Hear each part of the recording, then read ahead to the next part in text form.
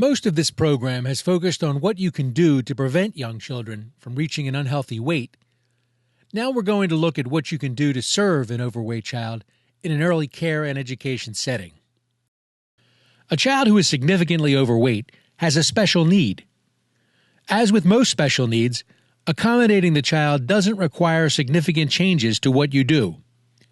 You'll need to provide healthy food and activity choices and communicate effectively with the family and health professionals to make sure the child receives consistent care.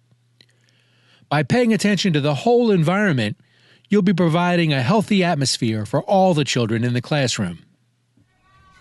So when you look at that and you think about your whole environment, are the procedures and the things that you do every day encouraging the healthy behaviors for all kids, and especially helping that child that may be overweight and having a harder time being as active or learning how to do a new skill like bouncing a ball that they never knew how to do before. So really encouraging that, and then on top of that, really reducing the competitive games. So reducing the structured activity to be about competitive games, but being about let's all go on a nature walk together. Let's do a nature skip together, where you're learning a skill and you're making it fun and you're making it active, but it's really about the individual child having the ability to do whatever intensity or ability that they can.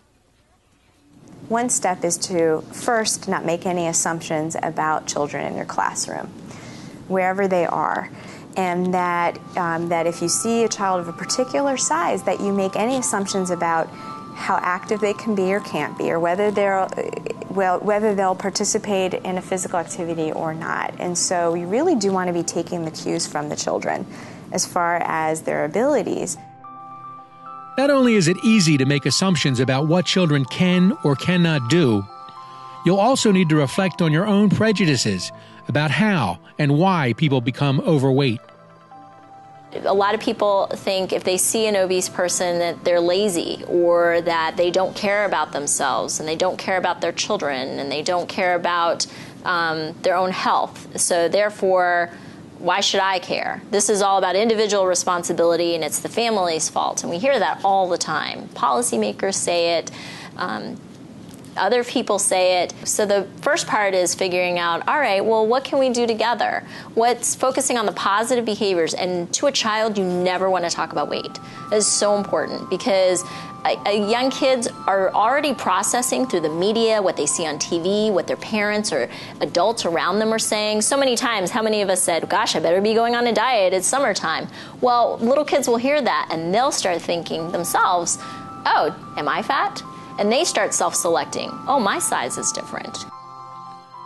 Young children notice differences. They'll also notice if you introduce activities in a way that focuses on the needs of an individual rather than the group. That's why you'll want to integrate healthy choice elements throughout your curriculum. If you're going to introduce a new food to the kids at the mealtime, you want to introduce it maybe as part of a lesson. We're going to learn about pomegranates today. Look at all the pomegranates, have them open it up and have them look at it, and then you would make it a part of the mealtime.